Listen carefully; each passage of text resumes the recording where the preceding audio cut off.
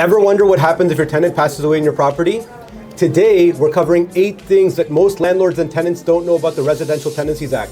Bita, tell us more. When a tenant passes away, the tenancy terminates after 30 days. If there is a surviving spouse, that surviving spouse can continue the tenancy. However, if there is not a surviving spouse, the landlord must hang on to all belongings for at least 30 days.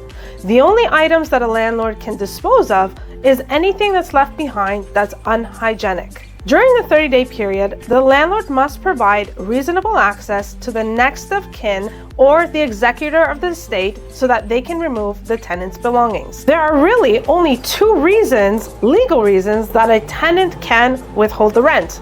The first is if the landlord does not provide an address for service on the Ontario Standard Lease. The second is if the landlord does not provide a copy of the standard lease to the tenant upon their request within 21 days. Let's get one thing straight. Police officers cannot evict tenants. They do not have the jurisdiction, they do not have the authority, they are not authorized to carry out a court order, and they cannot provide a legal opinion. The only person who can physically remove a tenant by way of an eviction order is the court enforcement officer, also known as the sheriff. In most cases, 24 hours notice is required to enter a rental unit.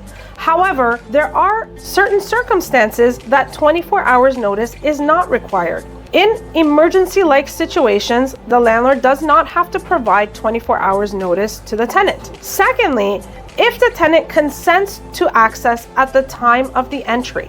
Thirdly, if there is a provision in the Ontario Standard Lease that the landlord and tenant have agreed to providing access for the purpose of a cleaning service. And fourthly, if the parties have agreed to end the tenancy and the landlord requires access in order to show the property to a prospective tenant.